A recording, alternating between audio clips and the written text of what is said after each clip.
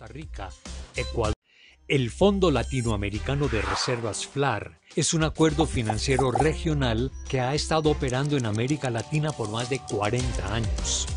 En la actualidad son miembros Bolivia, Colombia, Costa Rica, Ecuador, Paraguay, Perú, Uruguay y Venezuela.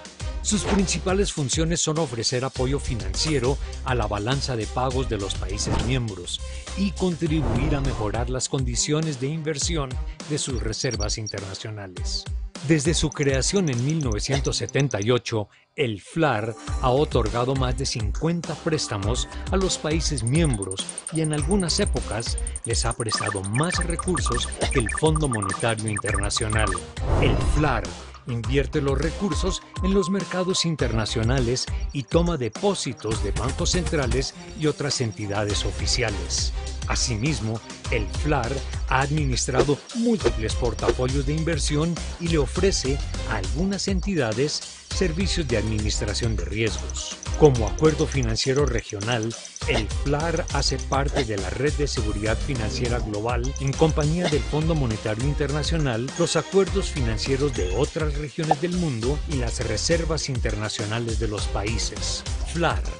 Nuestro propósito es contribuir al bienestar de América Latina y el Caribe, promoviendo la estabilidad macroeconómica y financiera de la región.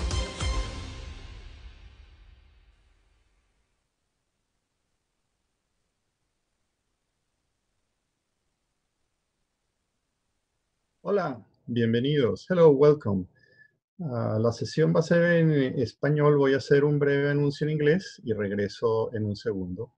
Hello, this meeting will be conducted in English. We will be providing simultaneous translation. You can do that by selecting the interpretation option below in your Zoom screen. Also, if you need assistance, you can use the Zoom chat.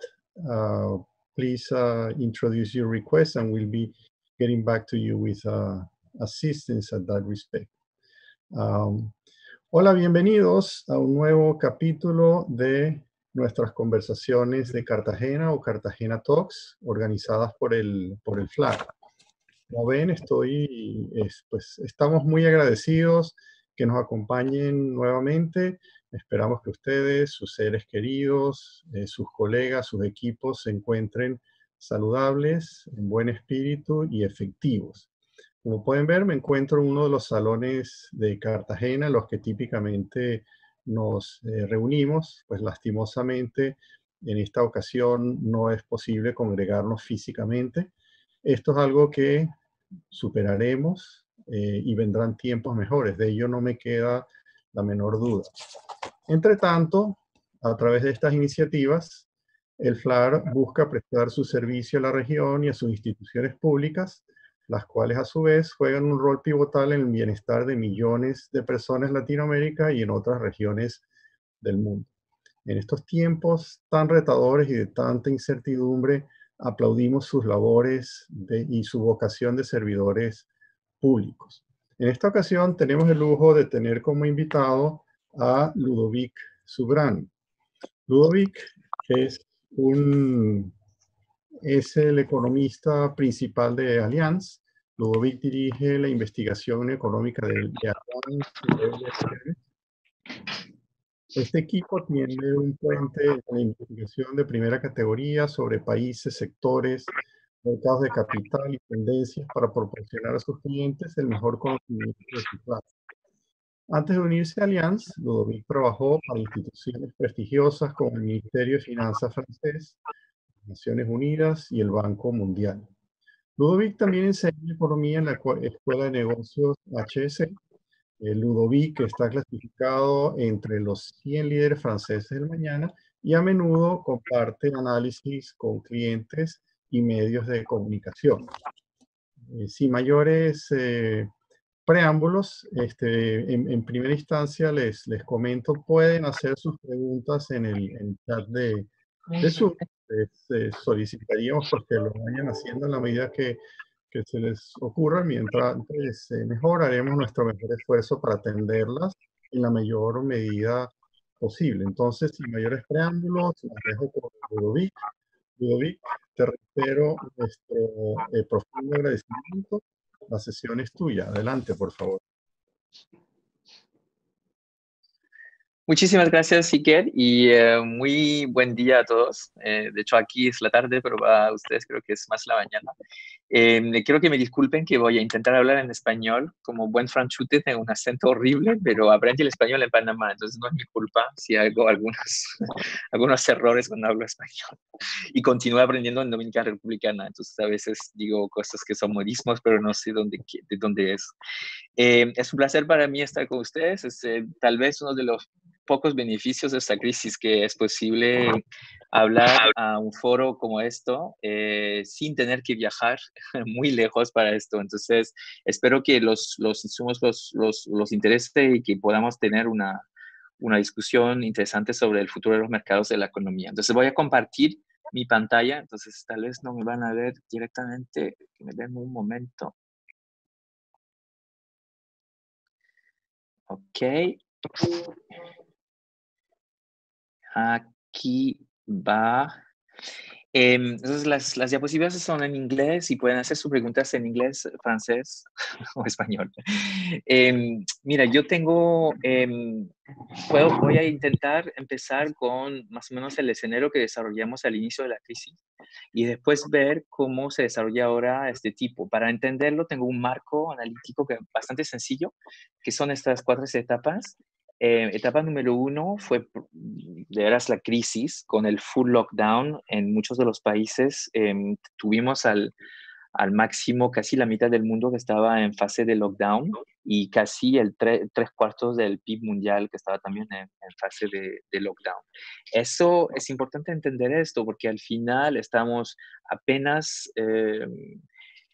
saliendo de esta fase para ir a otra fase, esta twilight zone, esta fase de reabrimiento, vamos a decir, gradual del mundo, pero con cuidado, con salidas en falso. Entonces estamos en esa segunda fase y esperamos que la tercera fase y la cuarta fase, que son la fase de recuperación, vamos a decir, van a ocurrir entre fines de año 2020 y inicio del año 21. Entonces nosotros, de hecho, por ejemplo, en nuestro escenario central, esperamos que recuperemos solo a mitad de 2021 los puntos de PIB, o por lo menos la riqueza perdida en esta crisis. Entonces es algo que eh, lamentablemente es un poco difícil saber cómo van a desarrollar los próximos 3 trimestres, vamos a decir, porque de hecho hay mucha incertidumbre epidemiológica, pero también de políticas públicas, y yo voy a hablar de eso, porque de hecho en mi parte del mundo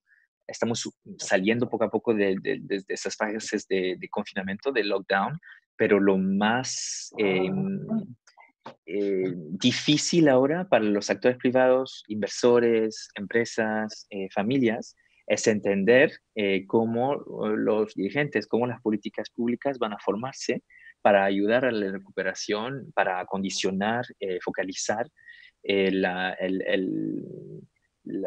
apoyo presupuestario y tal vez en algunos casos qué tal es creíble el Banco Central. Y voy a también hablar un poco de esto porque esto es un nuevo mundo en que estamos entrando, ¿no?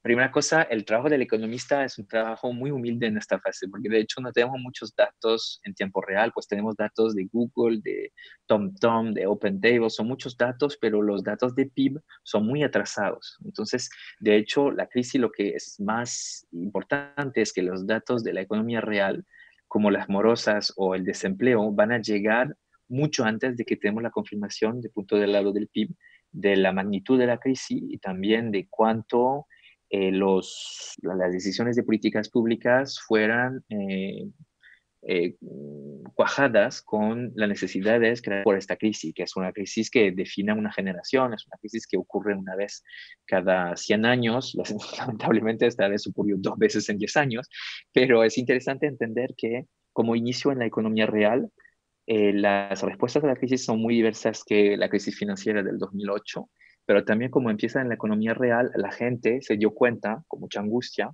del efecto, porque fue una crisis sanitaria primero que se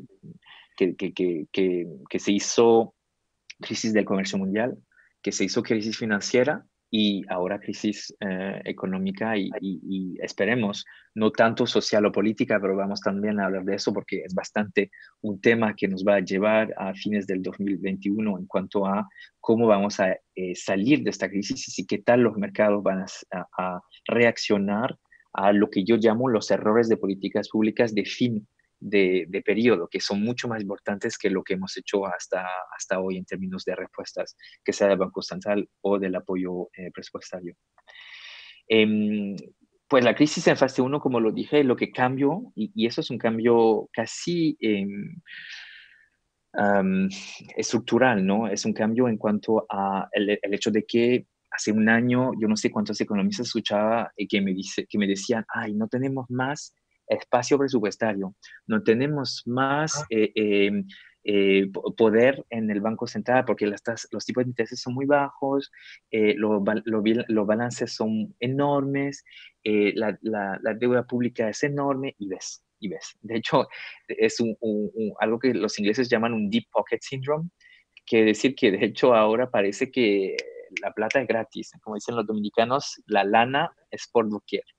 Y entonces aquí lo que ven es que la respuesta fue de miles de millones para la Fed y la BCE, con mucha innovación en cuanto a cómo la liquidez fue distribuida en el mercado. Por ejemplo, el hecho de que la Fed se fue hasta los Fallen Angels, que la BCE está dispuesta a hacer un programa como PEP, que son 150.000 millones de, de euros de liquidez adicional, sin clave de distribución como antes, y que yo, por ejemplo, espero que el PEP doble en los próximos meses. De hecho, es posible que esta misma semana la BCE anuncie que tiene que hacer un poco más en cuanto al PEP.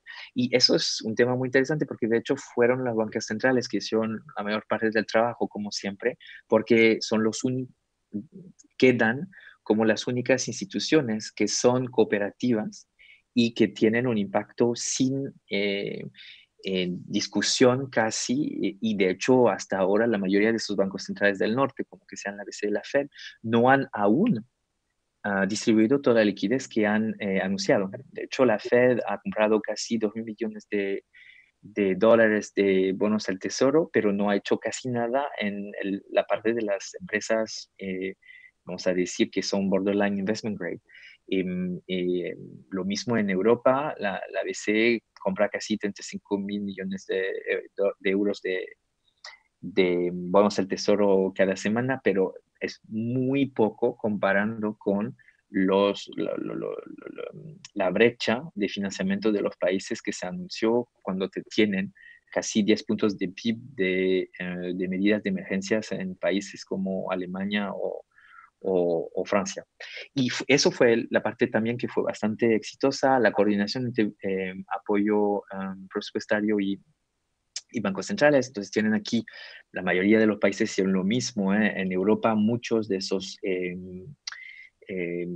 short-term placement, o sea, Kurzarbeit, que es como quedar en la empresa con un apoyo a la empresa en cuanto a pagar el sueldo de los dependientes. Entonces son esquemas que se utilizaron en Alemania en el 2008-2009, que todos los países, ahora por ejemplo en Europa hay casi 65 millones de personas que tienen una forma de desocupación parcial, vamos a decirlo, vamos a llamar de esta forma. Y los Estados Unidos, por ejemplo, decidieron de dejar a la gente ir al paro y de hacer una transferencia directamente hacia las familias, pero tenemos casi 30 millones más de gente que no tiene trabajo en los Estados Unidos. Entonces eso fue, por ejemplo, una diferencia muy grande entre Europa y los Estados Unidos en cuanto a la respuesta. Tenemos también muchas medidas de préstamos con garantías de parte de los bancos públicos y de parte también de los bancos privados apoyados, vamos a decir, con la BCE. Entonces, también eso es algo que queda en la mente de los bancos privados que van a tener un problema con los préstamos que no performan tan bien después de esa crisis. Vamos a decir que vas a tener tal vez un riesgo, especialmente en algunos bancos, como en Italia, pequeños bancos, pero también en bancos que antes de la crisis estaban en situaciones más difíciles de no poder seleccionar al riesgo crédito y de encontrarse al final de esta crisis con muchos de esos préstamos que no están reembolsados. El tema es que la mayoría de estas cargas van hacia el Estado y entonces vamos a ver, y lo sabremos lamentablemente mucho más tarde, cuánto de esos préstamos van a ser como transferencias o cuasi transferencias y cuyos de esos préstamos o cuáles de esos préstamos van a ser préstamos que se pueden reembolsar, ¿no? Entonces eso fue también para mí lo más importante de esa crisis, es que esta vez aprendimos de lo que pasó 10 años, lo que pasó hace 10 años. Al final, aquí tienen las proyecciones que nosotros tenemos. No voy a hablar mucho de esos temas de es un U, es una V, es una W, es una L. De hecho, eso fue una de esas cosas que los consultores simplifican para que la gente entienda, pero como estamos entre gente de buena familia, lo que saben ustedes es que un U en ritmo anualizado de crecimiento puede ser un V cuando se hace crecimiento a fines del trimestre y puede ser un L cuando se mira en términos de niveles. Entonces, todo esto es lo mismo. El tema es que tenemos una crisis de casi, vamos a decir, 5% al nivel mundial en el primer trimestre, casi 20% al nivel mundial en el segundo trimestre, y que después tenemos una recuperación muy gradual, empezando con servicios y terminando, vamos a decir, con construcción, y que al final vamos a estar en esta situación de, de chiaroscuro durante algunos meses hasta que tengamos una vacuna o una forma de tratamiento y al final vamos a tener casi un 10 o hasta un 20% de la economía, del transporte aéreo, a la hospitalidad, al turismo, que van a tener muchísimos problemas durante, vamos a decir, casi un año más. Entonces tenemos esta recesión que es casi el doble de la recesión del 2008. Tenemos más recesión en países que, como en Europa, que eligieron un confinamiento muy estricto.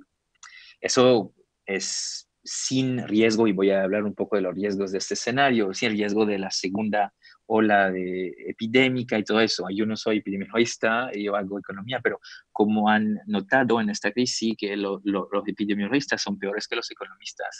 Ponen a 5 epidemiologistas en un aula y tienes a 14 visiones diversas del desarrollo de esta epidemia.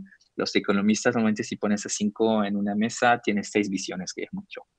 Entonces, la recesión la van a tener, no voy a ir en cada uno de los números, pero para daros la idea, ven, por ejemplo, que somos un poco más positivos, vamos a decir, sobre los Estados Unidos por el momento. Entonces, vamos a ver lo que pasa con las moros hacia el desempleo, porque hemos visto que primero tenemos a muchas empresas que van en bancarrota, pero también que en cuanto al desempleo, los números son peores que lo que hemos visto, pero la respuesta de política pública fueron también mucho más fuertes en los estados, especialmente en cuanto a la efectividad de la respuesta financiera y la efectividad también, o por lo menos la velocidad con cual se hizo la mayor parte de las transferencias hasta las familias.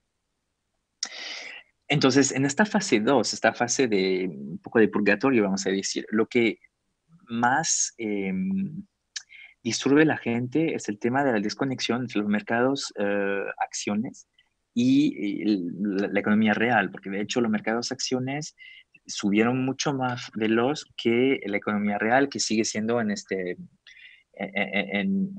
situación un poco entre dos aguas, ¿no?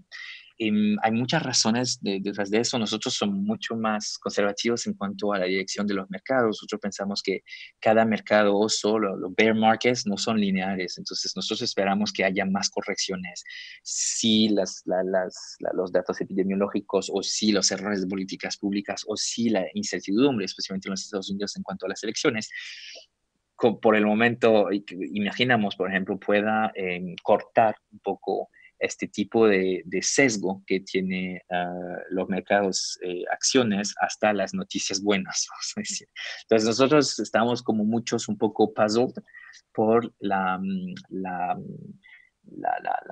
la fuerza de la recuperación de los mercados de acciones, especialmente porque los mercados obligatorios no han recuperado de la misma forma.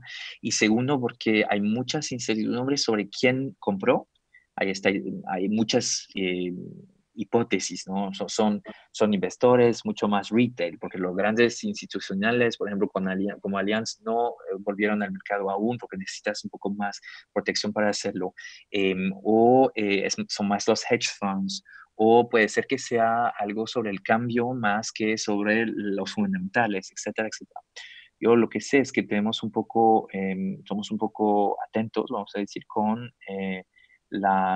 el momentum que observamos en los mercados equity, un poco más, vamos a decir, que el mercado, y que esperamos nosotros un poco más para reentrar en los mercados equity con toda fuerza y pues veremos al final quién gana, quién pierde, ¿verdad? En cuanto a los bonos, la deuda pública global, pues el tema son las bajas rentabilidades en el corto y medio plazo. Debido a la integración directa de los bancos centrales en los mercados de deuda pública, será muy improbable obtener rentabilidades mucho más altas en el corto y medio plazo. De hecho, hay muchos papers que muestran que la rentabilidad real después de pandemias es muy, muy, muy baja, aunque no tengas destrucción de capacidad productiva, aunque es posible que haya un inflationary overshoot temporal. Yo, por ejemplo, no creo mucho en la inflación, por lo menos en el mundo desarrollado, así en el norte. El mercado de emergentes es un poco diverso.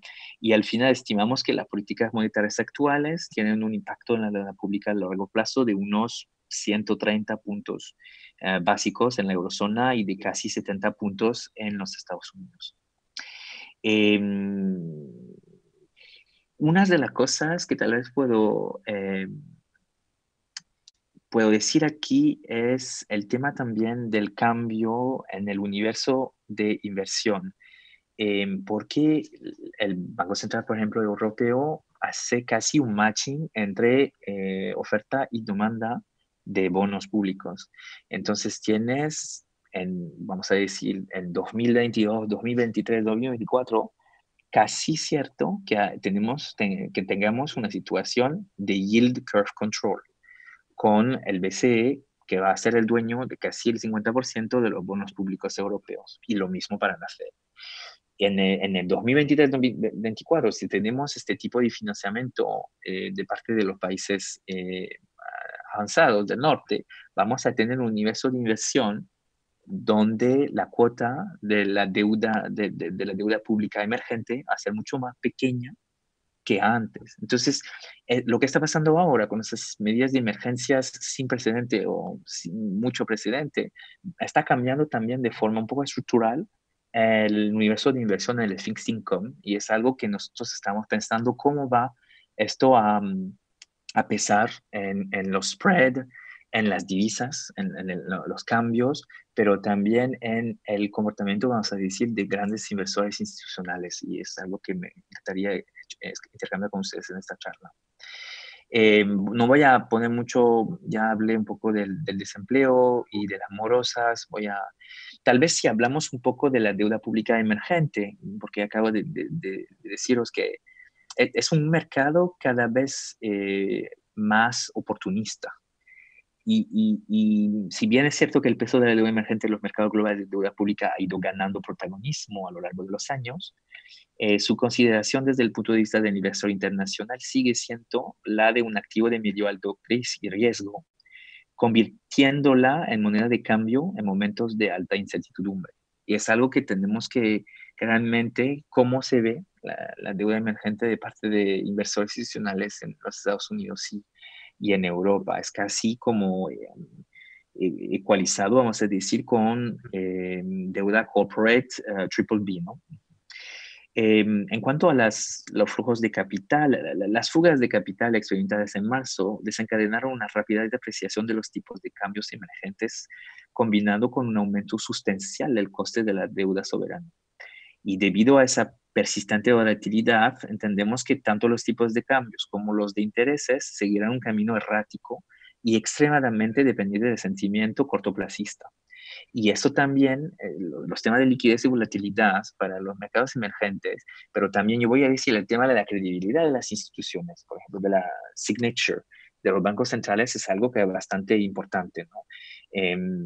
Por ejemplo, tal vez voy a, a hablaros de...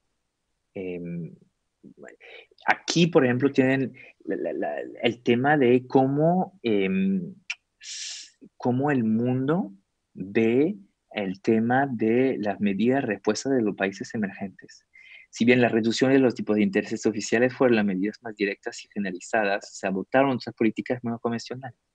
Y este tema es por qué tienes a un Nuriel Rubini que dice por doquier que vamos a tener una depresión económica en los países emergentes.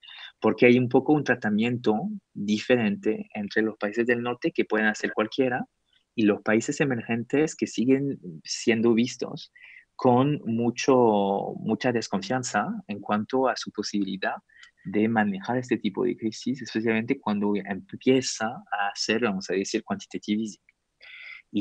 Por ejemplo, la semana pasada tuvimos una charla bastante fuerte en el grupo de Allianz sobre África del Sur, porque ellos ya tenían problemas, vamos a decir, de casi cero crecimiento, tenían problemas también de un poco de políticas públicas, problemas de credibilidad de las políticas públicas, tienen un twin deficit, como déficit gemelos, y al final el tema de que ellos empezaron a hacer quantitative easing, la gente se pregunta si hay credibilidad, si es posible que no pueda luchar contra la inflación al salir de esa crisis, etcétera, etcétera. Y entonces eso va a ser, para mí, uno de los puntos de atención para los países emergentes, especialmente porque el FMI no sube al nivel de las expectativas. El FMI no tiene el poder de respuesta o no tiene el mandato, vamos a decir, el poder de respuesta que tuvimos antes. Entonces hay muchos temas de incertidumbre sobre la credibilidad de unas de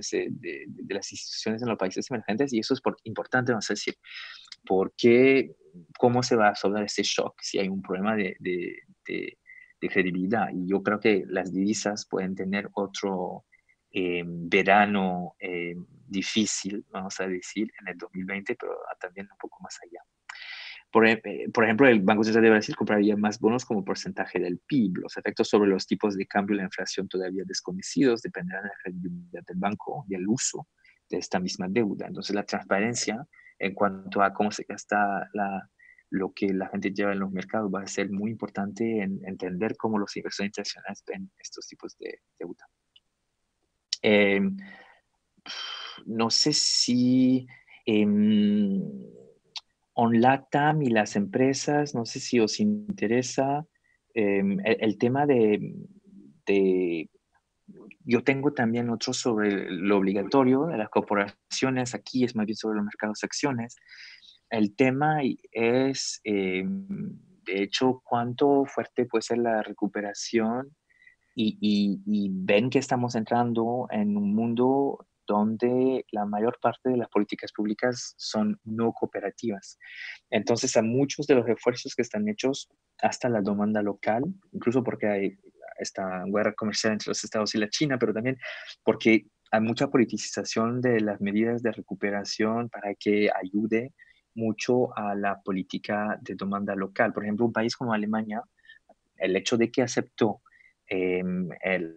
medidas de soberanía, medidas de deuda pública compartida, es porque necesita para su recuperación reparar las cadenas de valor en la zona europea.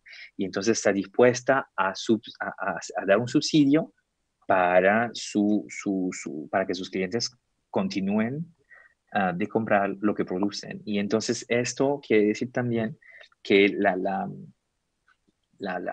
la liquidez internacional, tanto como la separación de la demanda a nivel global entre la zona dólar, la zona euro, la zona renminbi, van a ser temas para países que exportan materias primas, por ejemplo, o va a ser tema para países que están en las cadenas de valor bastante largos de algunos de esos países sobre, vamos a decir, los equipamientos industriales o también sobre la química, etc. Entonces, el tema de las expectativas sobre el riesgo de tapering como en el 2013 para continentes como América Latina, o el tema sobre la recuperación con una curva en J para las exportaciones de los países que están abiertos, como Perú y todo eso, o Colombia, son temas que son aún un poco difíciles de saber si vamos a decir, el consumidor del norte pueda ayudar a la recuperación de los emergentes como vimos hasta fines de 2015. Esto yo lo dudo un poco por la, cuánto frágil era o cuánto fragmentado era el mundo antes de esta la crisis COVID y qué tal las respuestas de políticas públicas intenten recrear, por ejemplo, cadenas de valor en, no sé, en los carros o la química o la salud local. Eso va a ser un poco una de las dificultades para la recuperación de algunos países, especialmente de la región. Aquí tienen también las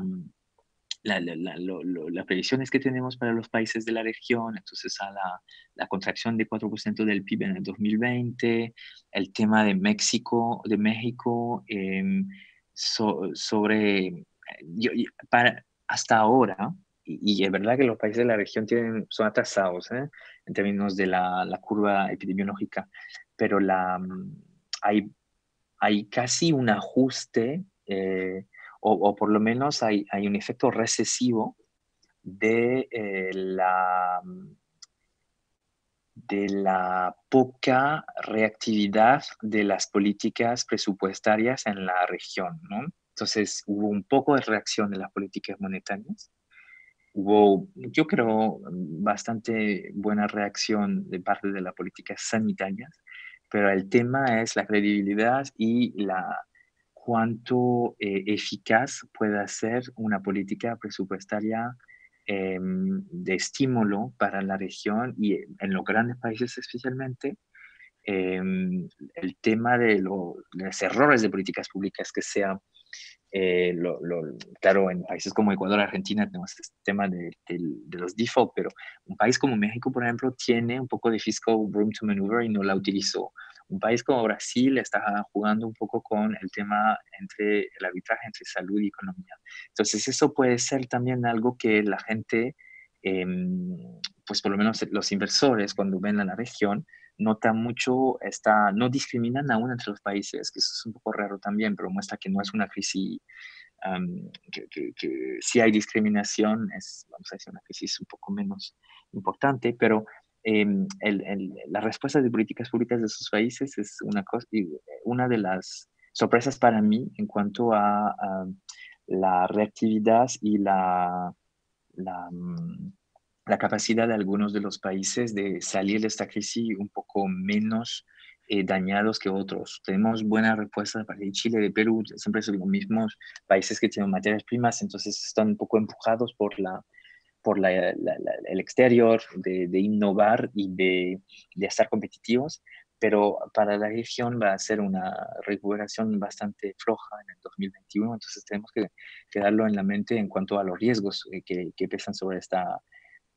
región y por el momento la Fed ayuda mucho, pero sin saber, vamos a decir, lo que va a pasar en cuanto a la reelección o no del presidente Trump. Esto también puede ser un riesgo adicional para, por ejemplo, un so-called tapering y un riesgo un poco más alto de despreciación de las monedas en la región. Pues esto es el tema de las monedas y de la desconexión temporal, pero que los fundamentales deberían, y eso es el escenario central. Entonces, esto es el riesgo que en 2021 se devuelve o se vuelve a menos sobrevaluación vamos a decir, del peso mexicano, por ejemplo.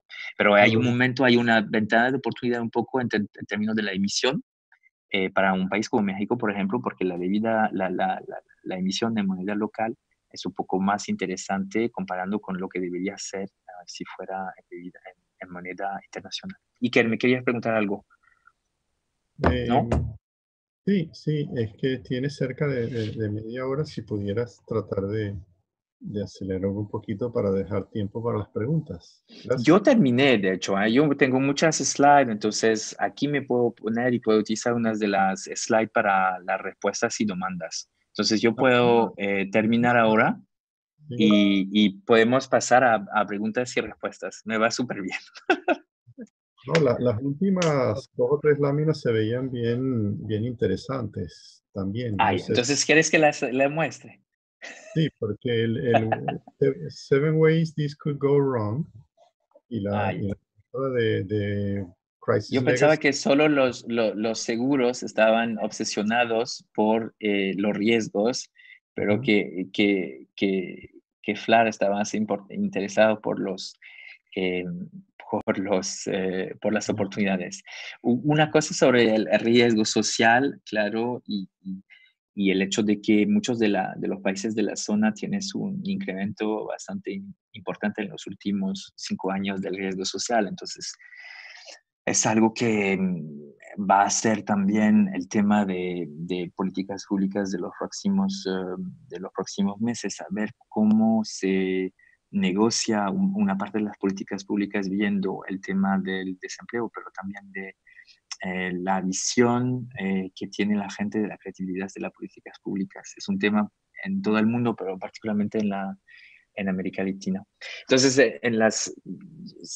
los 7 pecados que pueden hacer una situación un poco más difícil, claro, el desarrollo de la epidemia, la incertidumbre. Por ejemplo, tenemos ahora en muchas partes del mundo, especialmente en Europa, el tema de los ahorros, porque la mayor parte de la gente tuvo una protección de los ingresos, pero no consumo de la misma forma, porque todos las, la, los gastos de cultura, ocio, servicios no fueron posibles durante meses. Entonces tienes, por ejemplo, en zona europea, una tasa de ahorro de casi un 30%. Entonces fue forced savings, ¿no? Ahorros enforzados. Y entonces el tema es ver cuántos de esos ahorros se gasta y cuánto de este ahorro se convierte en ahorro de precaución que, que da un efecto recesivo a la recuperación. Entonces es un tema que nosotros hablamos mucho con los oficiales para entender cómo podemos ayudar con reforma de la protección social, con incentivos al consumo, cómo podemos asegurarnos de que el máximo de esos ahorros se gastan, se invierten, que sea de parte de las empresas como parte de las familias. Los bancos, he hablado un poco del tema de que por lo menos en zona europea la transmisión de la política monetaria se hace a través de los bancos y entonces los bancos ahora llevan una gran parte de los riesgos impulsados por las respuestas de políticas públicas, que son los préstamos garantizados, como la liquidez del Banco Central. Entonces el tema es ver si en un momento los fondos de recuperación, por ejemplo, no van a ser gastados en bailout de algunos bancos más pequeños, menos fuertes que tenemos en el sistema monetario europeo. En los Estados Unidos, por ejemplo, el tema es muy diverso, ya que están hablando de otro choque de regulación, de reglamentación en el sector financiero, que ya Trump inició con esto en el 2017 y ahora se habla otra vez de ayudar a que los pequeños bancos comunitarios, los ABC Banks, presten un poco más a la economía real. Tenemos también algo con el sector inmobiliario, porque tenemos esta tendencia, vamos a decir, del teletrabajo, del trabajo desde la casa, y entonces un poco entre esto y los malls, el sector inmobiliario, real estate, commercial real estate, está un poco bajo presión. Ya hablé un poco de las medidas o los errores posibles de políticas públicas, la inigualdad, el hecho de que en muchos países esta crisis demostró, si bien que no se veía la gran desigualdad entre gente, incluyendo la desigualdad de, de espacio, vamos a decir, y de metros cuadrados, ¿no? Y entonces eso va a ser también un tema, muchos de los políticos hablan de nuevo capitalismo, de un capitalismo con principios, lo quieren verde, inclusivo, digital, le quieren dar muchos objetivos y vamos a ver si solo esos son unas promesas o si es posible que se incluye una forma de, vamos a decir, reducción de la desigualdad en cuanto a la recuperación. Por el momento hay muchos, hay muy pocos efectos de redistribución, vamos a decir, en la primera fase de las respuestas de políticas públicas, ya que hay muchos, no sé cómo se dice eso en español, windfall effects, como efectos, hay muchos que ganaron de las políticas públicas porque no fueron focalizadas. El tema del proteccionismo y de la deglobalización, este año solo el comercio mundial va a perder casi 3 trillion, 3 mil millones. Sí.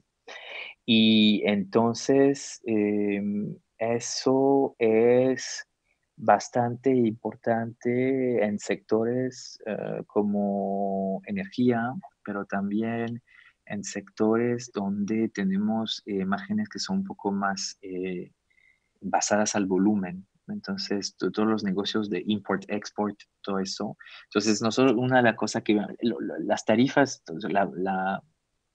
las cuotas aduanarias, las barreras aduanarias ahora están a nivel mundial casi donde estaban a la mitad de los años 90. Y vemos que después de crisis como estas, la tendencia es de tener un choque de regulación. Entonces estamos, y ya vemos que muchos de los países han reforzado la protección de los activos frente a la inversión extranjera.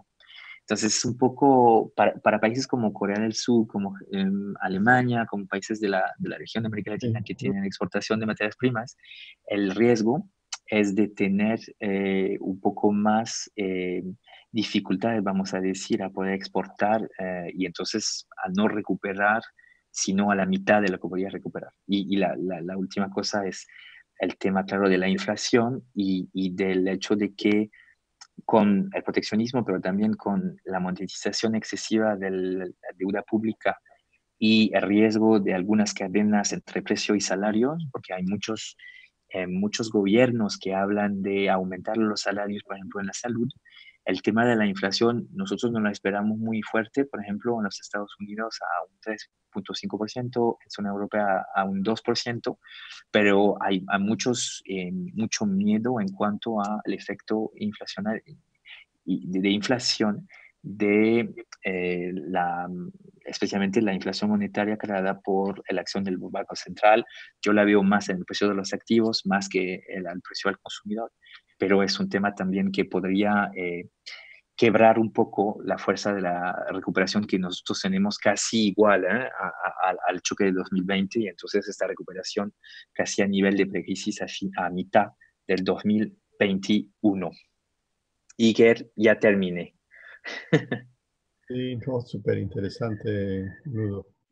Muy agradecido, pero sí, también para dejar un poco de preguntas, tenemos varias preguntas, pero bueno, vamos a ver qué podemos hacer con el tiempo que nos queda, ¿no? Pues, mira, viendo el título de tu presentación, que es Reabriendo el mundo, pues es un título muy inviting, ¿no? Y algo que yo he estado viendo es ya una ola de pandemia es suficientemente traumática, ¿no? ¿Y a dónde puede llevarnos esto si efectivamente como predicen los modelos, pues nos estamos enfrentando a dos o quizás más olas, ¿no? Estamos viendo todas estas acciones de los bancos centrales, de los gobiernos, estímulo fiscal que están tirando de kitchen sink, ¿no? Y eso es con una ola, pero si toca hacer esto ya para dos, tres olas, ¿qué clase de planeta vamos a estar recibiendo? Pues es interesante porque vamos a, el, el- vamos a decir, de punto ideológico, lo que se está planteando en estos momentos en Europa, por ejemplo, es saber si podemos manejar el R0, este factor de reproducción, sin confinamiento estricto. Es decir, que como es un riesgo de concentración, como casi el 10% de los casos hacen 80% de la propagación, El tema es saber si con los gestos de barrera, no sé si le dicen así en América Latina, entonces la distanciación social y la conciencia de riesgo, pero también al prohibir los eventos grandes, al prohibir más de 50 personas en el mismo sitio, al prohibir o al incentivar el teletrabajo, se puede contener o por lo menos evitar de que el R0 vaya a 1.1, 2, 3, 4 y ya a 3 como estaba antes. Entonces hay un poco, te digo, es muy ideológico porque nadie lo sabe y la gente sigue siendo, por lo menos en Europa, lo que pasó fue, vimos a Wuhan y dijimos, ah, muy bien Wuhan. Y después vimos a Italia y cada día en la televisión veías a un doctor italiano que venía a llorar y te decía que tenía que elegir entre dos personas para un respirador. Entonces fue una presión terrible para de arbitraje entre salud y economía para los dirigentes. Entonces fue decidido de hacer esos lockdowns estrictos de casi 2 meses, que es mucho más, y que en los estados o en otros países. Y al final ahora se dan cuenta de que pues no saben si eso es la razón por cual el virus desaparece o si se puede manejar este virus sin hacer estos mismos lockdown. Entonces, eso va a ser la... Y es importante entender, porque yo creo también que los mercados, por ejemplo, son mucho más reactivos al choque de política pública. Por ejemplo, ¿por qué los mercados en los Estados Unidos están súper happy? Porque saben que los estados nunca van a hacer un confinamiento estricto, más que por las razones epidemiológicas de desarrollo de la epidemia. Entonces, lo que es importante es ver que el choque de política, de la experimentación mundial o global de un confinamiento estricto fue tal vez una vez. Y yo creo que va a ser muy poco los países que van a cerrar las economías. Entonces, no pienso que vamos a tener que poner otra vez tantos niveles de políticas públicas. Esto es mi hipótesis, pero para decirte también, las medidas de fase 2, que son las medidas en este purgatorio, que son condicionadas, focalizadas, todo eso, que continúan una parte de las medidas que fueron tomadas de apoyo presupuestario al inicio. Las medidas de fase 2 en términos de política monetaria y las medidas de fase 3 y 4 en cuanto a la recuperación ya van a doblar o triplar lo que ya se gastó. Entonces, con o sin ola, vamos a triplar lo que ya pusimos en la economía hasta ahora. Entonces, el tema, yo, por ejemplo, en Italia, espero que así 170% de deuda sobre PIB. Yo ya espero, o ya mi hipótesis es que la BCE va a doblar el PEP, que no son 150.000, pero van a ser 1.5 millones. Entonces, sin segunda ola, ¿ves? Y eso es tal vez lo que también los mercados están apreciando, es que hay una forma de ya, durante 18 meses se va a gastar plata como si no hay, sin mañana, ¿no? Y esto ya está más o menos esperado de parte de los inversores. Con eso que acabas de decir, pues tengo muchas preguntas, pero me parece que esa es relevante para Latinoamérica y emergentes y es, pues, para los países que tienen monedas o regiones con monedas de reservas, es fácil imprimir ilimitadamente dinero y siguen siendo considerados como refugio, inclusive ven apreciación de las valoraciones de sus activos, pero esas no son herramientas que Latinoamérica y otros emergentes tienen. Yo creo que hay el toolkit es muy diferente. ¿Cómo puede manejar esto Latinoamérica en particular? No, tienes toda la razón. Esta crisis es, y como todos conceptos económicos, son construidos por los hombres. Entonces, esta crisis demuestra que hay dos mundos. Y de hecho, lo que es interesante es que los estados y el privilegio exorbitante del dólar parece ser un privilegio exorbitante del euro, porque esta vez, comparando con el 2008-2012, Europa decidió no dejar el estrés financiero contaminar su respuesta. Entonces ya Europa sabe que tiene que gastar para socializar el costo de Italia. Eso es una gran diferencia con el 2008-2009. Entonces esta vez parece que los que pueden imprimir como quieran son de hecho Estados y Europa y también China. Entonces la situación es muy diferente para los países emergentes. Muy diferente porque, pues, primero, la mayoría de los países, como lo escribe Helen Ray, es el dilema del ciclo financiero internacional y el tema del manejo de la política monetaria, la dependencia. Es posible que pase solo por controles de capital, porque al final hay una superdependencia y vulnerabilidad de los países emergentes al ciclo. En América Latina es mucho dólar, un poco renminbi, un poco euro, pero... Y entonces esta vez el tema es ver si Europa pueda salir de esta crisis con este estatus, vamos a decir, que con los 500.000 millones de euros de deuda pública no van a hacer una risk-free curve mágica en zona europea, pero claro, están intentando también internacionalizar aún más el euro. Entonces sí, para los países eh, cuya soberanía monetaria es un poco más amanezada, va a ser un poco más difícil, entonces las estrategias defensivas, la diversificación, la flexibilidad en cuanto a eh, jugar sobre el punto relativo de la divisa en cuanto a la tasa de cambio efectivo.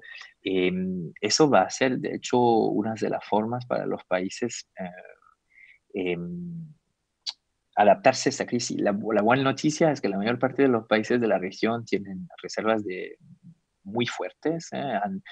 Si comparas con el 2007, por ejemplo, la mayor parte de los países han triplado la cobertura en meses con divisa. Entonces, yo creo que no hay grandes riesgos, pero la credibilidad de la institución es bastante fuerte, o por lo menos va a ser instrumental en ver cuáles de esos países pueden o puedan eh, tomar un poco más libertades en cuanto a la respuesta versus la ortodoxia de la respuesta que se empuje. Y es por eso que digo que para mí, por ejemplo, el tema del FMI o de esas organizaciones es bastante importante porque hay muy pocos, el FMI hubiera podido, por ejemplo, decidir de ser este tipo eh,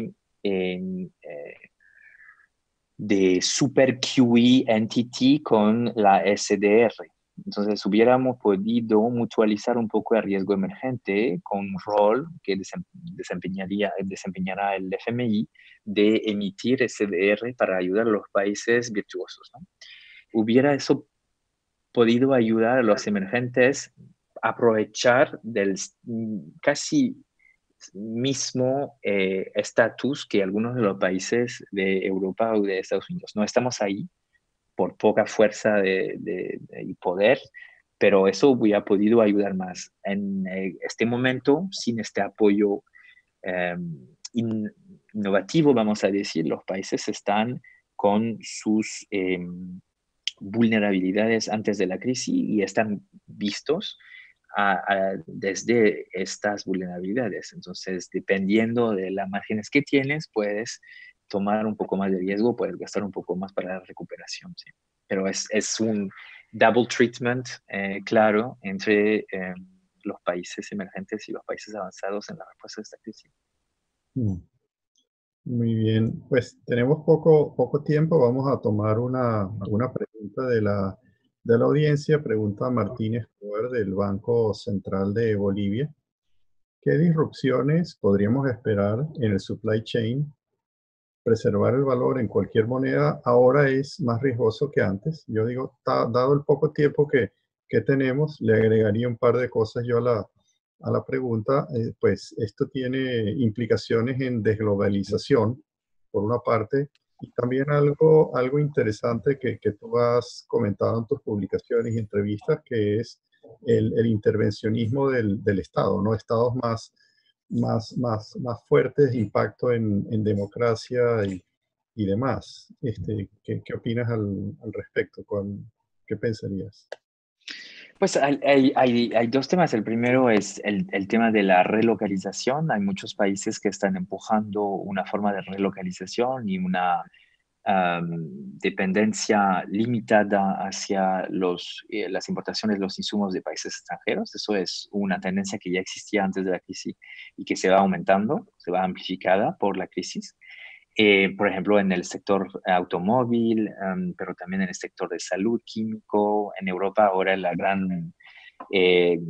gran miedo es que no tenemos más producción de paracetamol en la región, ¿no? Que todo el paracetamol está producido en India, en China, entonces todos quieren abrir industrias de paracetamol, pero no sé si el francés promedio va a estar dispuesto a pagar 30% más para un paracetamol francés en vez de un paracetamol cualquiera.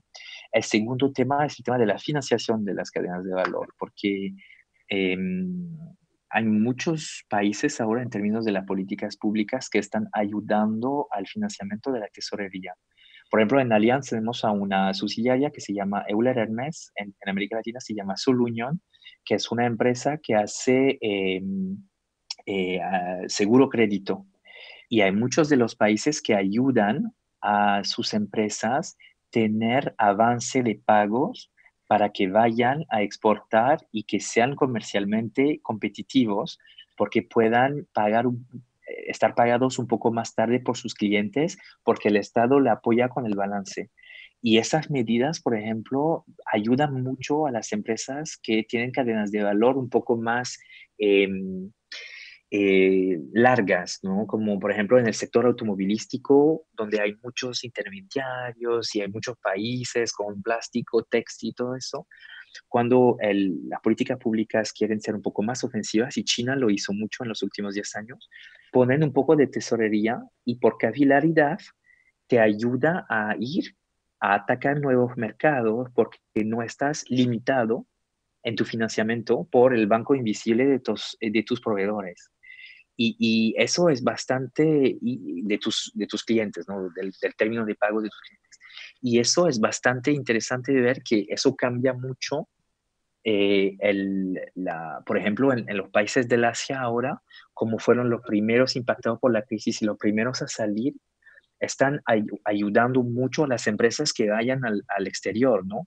Tienen un poco de subsidio a los salarios, tienen apoyo a los avances de pago, tienen financiamiento con mucho riesgo para apoyar a esas empresas a ir. Entonces yo creo que las cadenas de valor es un tema físico, con las barreras aduanales y todo eso, pero es un tema también de financiación, dando toda la liquidez que hay, cómo se ayuda a que las empresas puedan tener términos de pagos. Entonces, las agencias de exportación crédito de algunos países tienen un papel muy importante para ayudar a sus empresas a atacar nuevos mercados donde hay tanto proteccionismo y que la diferencia se hace con cosas como 10, 20, 30 días más para tu cliente, que das a tu cliente para pagarte. Muy bien, ya estamos sobre la hora, pero creo que es justo hacer una pues, pregunta más de la que viene de la audiencia. Es en inglés, te la leo en inglés, pero sí te pediría si la respondes en castellano y pues para no mezclar los canales, ¿no? El señor Calvin Rubin, sí, del Eastern Caribbean Central Bank, comenta, Your presentation noted that the oncoming recession, its fiscal and monetary policy responses, and the eventual economic recovery will be markedly uneven for each country as well as across all economies.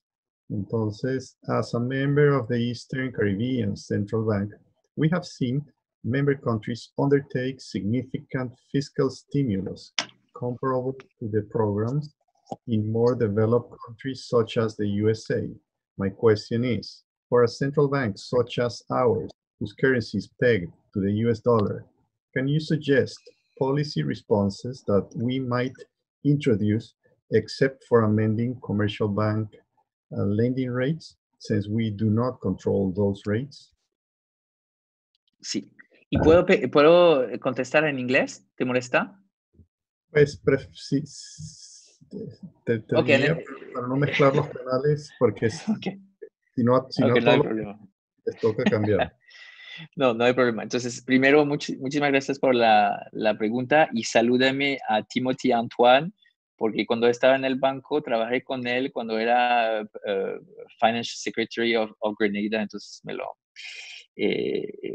of St. Lucia, actually. And so, please say hi from me. Es muy difícil para los países que tienen las divisas pegged, ¿no? Porque de hecho el tema del dólar, o por lo menos el tema de la deflación importada de estos países, el tema de que los bancos de estas regiones manejan la tasa de cambio al financiar más o menos la economía real, que es la realidad de las OECS countries, por ejemplo, es un tema que significa que de otra parte el apoyo presupuestario tiene que ser mucho más. Y para algunos de esos países, la deuda pública es enorme comparando con el PIB, de Antigua Barbuda hasta Grenada un poco menos, pero hay muchos de los países que tienen ya un endeudamiento que es bastante fuerte. Entonces es verdad que es un problema bastante importante y tenemos dos situaciones similares y te voy a contar lo que hacen nosotros para ver si